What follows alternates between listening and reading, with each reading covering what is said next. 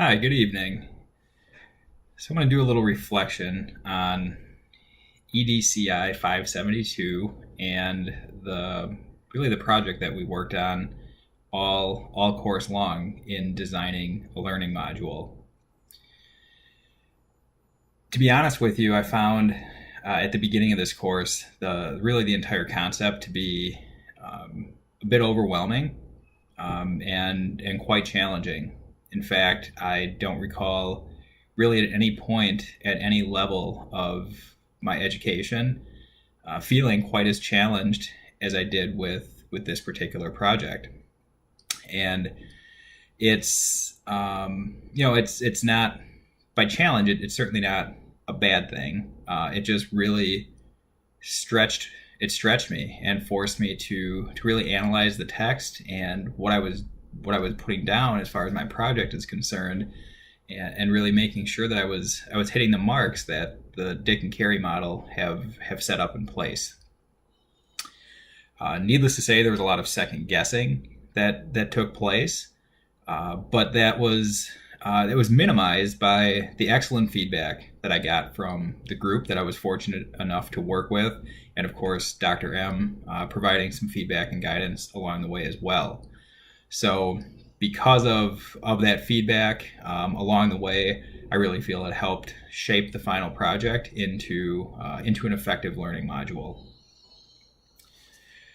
So I think one of the biggest takeaways that I have from this class in general is really just getting a much greater sense for the difference between teaching and designing instruction. In previous roles that I've had the opportunity to teach and coach individuals, but as I was doing so, it was always something that was done in the moment, or I was using instruction that was already designed and simply facilitating it. This was really the first time that I have designed a lesson that somebody else would ultimately facilitate from the ground up, and it was certainly an eye-opening experience for me on many different levels. I've come to appreciate the systems approach, the systems model, specifically the Dick and Carey model, really because of how thorough that model is in making sure that all of the necessary components that we need to be aware of as instructional designers are accounted for along the way as you follow that particular model.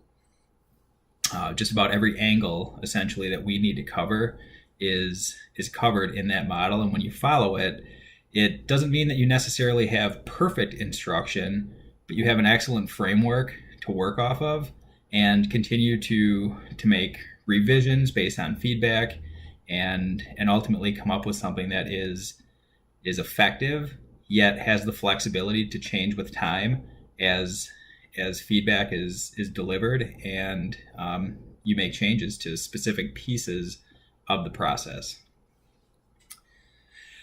I guess lastly, as in closing, I've found that so far during the 7 or 8 months that I've been a part of this program, I haven't found a class yet that I didn't find interesting or relevant to what we were doing. But this class was certainly the first time that I really felt like an instructional designer. I understand, learning theories and things like that are very important, and they serve as a foundation for what we do. But this was taking that information, applying it to the systems approach, and ultimately developing a real piece of instruction.